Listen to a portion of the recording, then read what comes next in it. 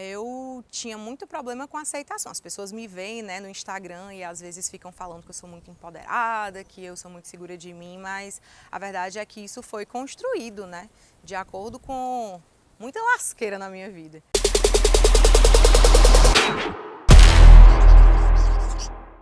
Para quem não sabe, eu tenho dislexia e também sofro, né, de TDAH. Tenho transtorno de déficit de atenção e hiperatividade, né, com hiperatividade. E isso foi algo que me lascou a vida toda, principalmente quando eu era criança, né, que eu não sabia. Naquela época, esse povo que tinha esse tipo de transtorno era menino danado, entendeu? Menino danado buchão, aquele menino que enche o saco da mãe, esperneia no meio da rua, some.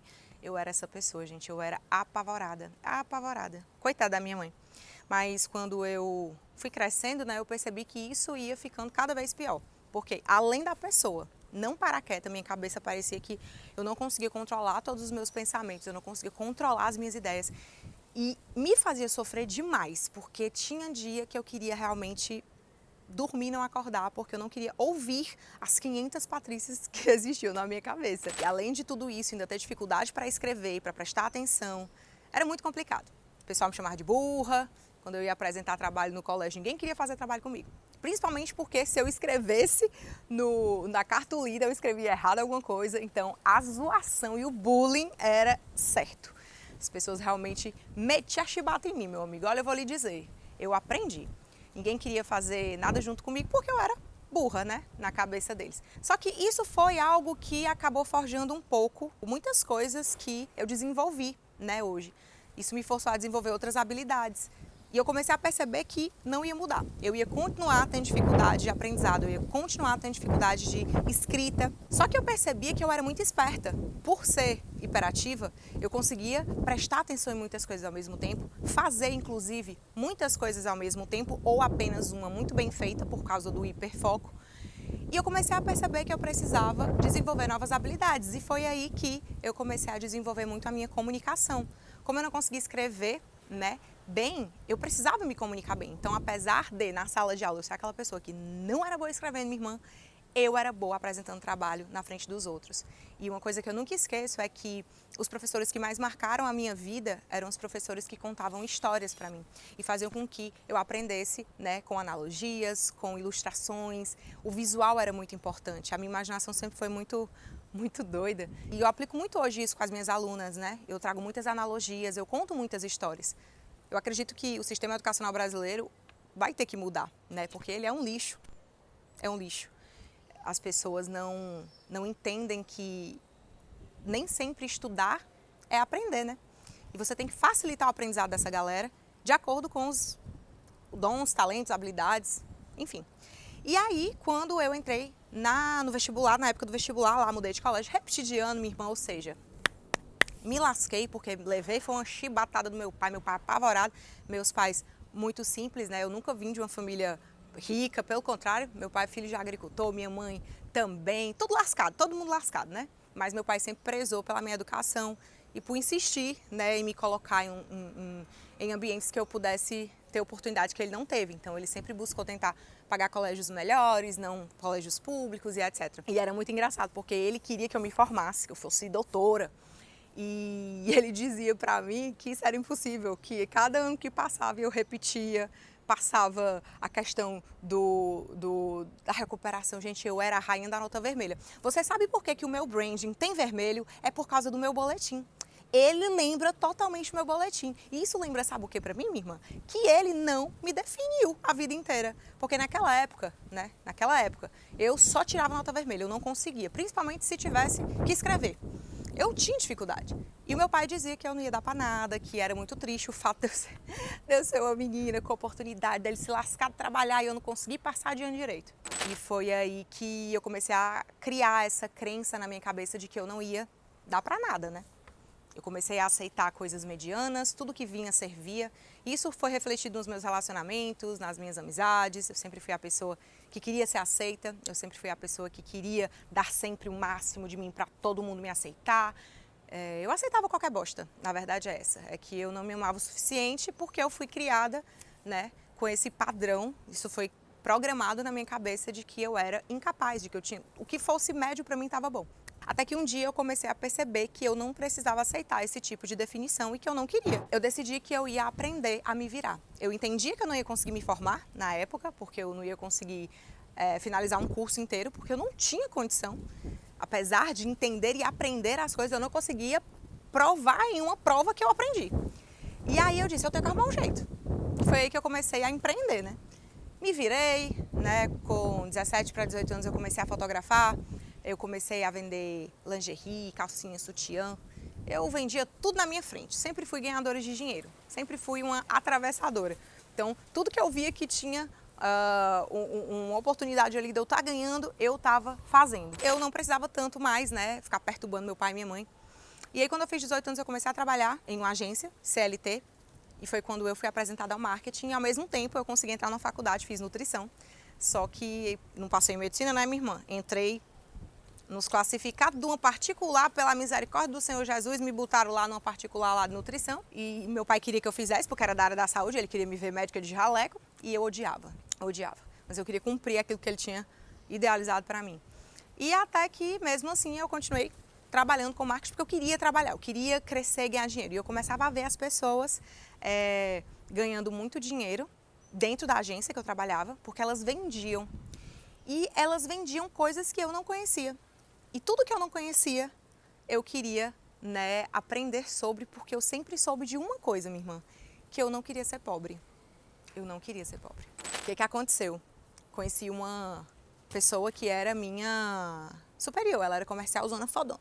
E ela vendia produto de licitação, né? Era marketing licitatório. Sabe aqueles negócios que tem placas de futebol, publicidade que tem em aeroporto, aquelas publicidades que tem lá em aeroporto, que você chega no aeroporto e você já vê assim a divulgação, a publicidade ali? Aquilo ali é um ambiente em que você compra, né? Aquele espaço de publicidade de mídia você compra e geralmente uma empresa que é licitada que vende. Eu queria vender aquilo, mas eu não podia. Porque quando eu entrei lá, eu tinha que trabalhar para vender o quê, minha irmã?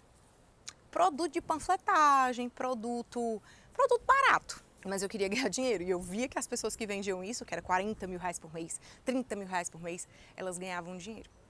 E aí, com isso, né, eu comecei a trabalhar, a licitação foi perdida pela empresa que eu trabalhava e acessada por outra. E aí eu comecei a trabalhar para essa outra empresa. E eu lembro que eu cometi um pecadinho, porque eu menti, né? Eu disse que eu já trabalhava com isso. Na verdade, eu não disse que eu trabalhava com isso. Eu disse que eu trabalhava numa empresa que trabalhava com isso e que eu sabia fazer. Ele não perguntou se eu já tinha feito, quanto eu tinha ganhado, ele só perguntou se eu sabia fazer isso. Se eu entendi, eu disse, entendo. Porque eu já tinha aprendido, né? Uma coisa muito importante que você tem que aprender. Quem tem conhecimento nem sempre tem competência, tá? E quem tem competência precisa estar absorvendo conhecimento. Eu tinha conhecimento, mas eu precisava executar para eu criar essa competência, sabe? Então, eu gerei uma oportunidade, comecei a trabalhar vendendo essa área, ganhei muita grana e comecei a olhar, né, para outros lugares, me ver em lugares que eu nunca imaginei e disse, não quero trabalhar mais para ninguém encher meu saco, quero abrir uma empresa para mim. Se eu tinha 19 anos, 20 anos, comecei a ser independente, me casei. Ixi, minha irmã, a minha história é um livro. E aí, quando eu realmente percebi que eu queria o meu negócio, o meu nome, e eu entendi que o meu relacionamento comigo mesma já estava em outro âmbito, em outro lugar, porque cada coisa que eu conseguia alcançar, que todo mundo dizia que era impossível, que isso não era normal, que isso não era possível para mim, isso fazia com que eu me sentisse mais forte e me levasse mais para frente, né? Porque o ideal é esse. O ideal é que a merda na sua vida seja adubo para tu crescer, minha irmã. E aí eu comecei a vislumbrar muitas coisas e lutar por tudo. Aqui nesse canal eu vou estar dividindo com vocês toda a minha jornada empreendedora de vida e tudo que eu aprendi, né? E todas as coisas que eu passei para que vocês consigam se inspirar também e perceber que tudo tem um lado bom de verdade, que dá para você virar o jogo. Resumindo toda a história, nesse período, me casei. Foi o meu primeiro grande tombo. Investi todo o meu dinheiro, energia, emoção. Infelizmente, né, não foi como eu esperava. Nos divorciamos por conta de traição. Perdi tudo e além do dinheiro, principalmente, né, o amor próprio que eu tinha construído durante toda a minha vida. E também o dinheiro, que é importante, viu, meu povo? Voltei lisa, com depressão nas costas e passei 6 meses apavorada. Até que percebi que toda essa depressão, ela estava atingindo a minha família e era a única coisa que eu tinha, né, que eram os meus pais. E quando isso começou a afetar os meus pais, eu comecei a entender que eu precisava me mexer, porque eu tinha uma motivação. Motivação nada mais é do que um motivo para a ação. Talvez a gente está aqui, né, falando sobre coisas e você só precisa resgatar quais são as tuas motivações ou criar algum tipo de motivação para você conseguir sair daquele lugar que você está agora. E foi o que eu fiz. E aí comecei a procurar, né, procurei especialista, comecei a me tratar, terapia, e eu decidi que eu ia sofrer, mas que eu ia sofrer indo para frente, porque quando a gente sofre, a gente tem duas alternativas. Ou sofre parado, se vitimizando, ou sofre indo para frente, esperando a dor passar. E quando você espera indo para frente, quando a dor passa, você sabe que você não está no mesmo lugar e é incrível. Porque o sofrimento, minha irmã, não passa não. Você vai continuar se lascando, você vai continuar sofrendo, não vai passar disso. Esse negócio de que não vai, só como que para de sofrer. Sofra, minha irmã, vai sofrer, que você não tem como fugir. O jogo mesmo começa quando você percebe que você que decide o que você vai fazer enquanto você sofre. E foi o que eu fiz. Trabalhei, me dediquei, estudei, coloquei na minha cabeça que eu queria chegar em um lugar, olhava para esse lugar, me depositei todas as minhas expectativas em Deus, me aproximei de Deus, comecei a realmente ter um relacionamento puro com Deus e entender o que era que eu tinha que fazer nesse mundo, até que eu entendi. Durante esse período comecei a trabalhar mais ainda com a internet e ganhar muito dinheiro. Cheguei em lugares que eu nunca pensei em chegar, conheci 29 países, trabalhei com pessoas incríveis, enormes no mercado. Tive, né, o prazer de iniciar uma empresa que chama Social Factor, que é uma empresa de growth hacking, marketing de influência, onde nós trabalhamos prestando serviço para agências e empresas mapeando influenciadores através de análise de dados, e é um serviço nosso, né, um sistema proprietário, onde eu consegui me levantar, e depois disso eu quis ir além e criei a Social Makers, que é realmente o meu negócio, o meu propósito, né? E eu trabalho com desenvolvimento de empreendedoras, eu trabalho com palestras, treinamentos, mentorias, eu trabalho levantando mulheres, pessoas que querem independência financeira através da internet e entendendo que propósito e prosperidade precisam caminhar juntos, né? Você pode ser rica, você pode chegar onde você quer chegar, não tem problema nenhum você conseguir fazer isso. Isso não vai atrapalhar o propósito que você tem. Propósito e prosperidade precisam caminhar juntos para que pessoas também consigam fazer isso através de você. O resto meio que fez sentido, sabe? Hoje eu trabalho com um objetivo de vida, um objetivo espiritual, um objetivo profissional, um objetivo pessoal.